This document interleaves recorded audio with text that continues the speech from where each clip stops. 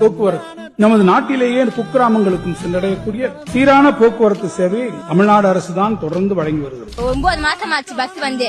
நாங்க டெய்லி நடந்துதான் போறோம். கஷ்டப்பட்டு வண்டி கிடைக்காது, அதனால நடந்து போறோம். யாருமே வந்து ஏத்தல. அங்கிட்டு மாந்தோப்பு தென்னந்தோப்பு இருக்கிறனால எல்லாம் சரக்கு வேண்டி வந்து அங்கிட்ட வச்சு அடிக்கிறாங்க, வம்புழுக்கிறாங்க. அதுல நடந்து வரும்போது அதனால எங்களுக்கு பஸ் வேணும். கடந்த 5 ஆண்டுகளில் 6121 கோடி ரூபாய் மதிப்பீட்டில் 12,087 புதிய பேருந்துகள் கொள்முதல் செய்திட நிதி ஒதுக்கீடு செய்யப்பட்டுள்ளது.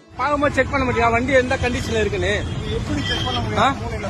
ஸ்டாலின் பஸ்னு பேர் வச்சுட்டாங்க, இதுதான் விடியலாட்சி. ஸ்டாலின் பஸ்னு பேர் வச்சுட்டாங்க, இதுதான் விடியலாட்சி. ஸ்டாலின் பஸ்னு பேர் வச்சுட்டாங்க, இதுதான் விடியலாட்சி. மகளிர் விடியல் பயணம் திட்டத்திற்காக 4000 கோடி ரூபாய், மாணவர்கள் பேருந்து பயண கட்டணம் திட்டத்திற்காக 1782 கோடி ரூபாய் ஒதுக்கீடு செய்யப்பட்டுள்ளது. கன்னியாகுமரி மாவட்டம் வெள்ளிக்கோடு பேருந்து நிறுத்தத்தில் பயணிகள் கை காட்டியும் நிற்காமல் சென்ற அரசு பேருந்து நிறுத்தத்துல அரசு பேருந்து நிற்காம போனதால அதன் பின்னாலேயே +2 மாணவி நீண்ட தூரம் அருமறையில் பள்ளி மாணவர்களை ஏற்றாமல் நிற்காமல் சென்ற அரசு பேருந்து நமது நாட்டிலேயே குக்கிராமங்களுக்கும் சென்றடையக்கூடிய சீரான போக்குவரத்து சேவையை தமிழ்நாடு அரசுதான் தொடர்ந்து வழங்கி வருகிறது.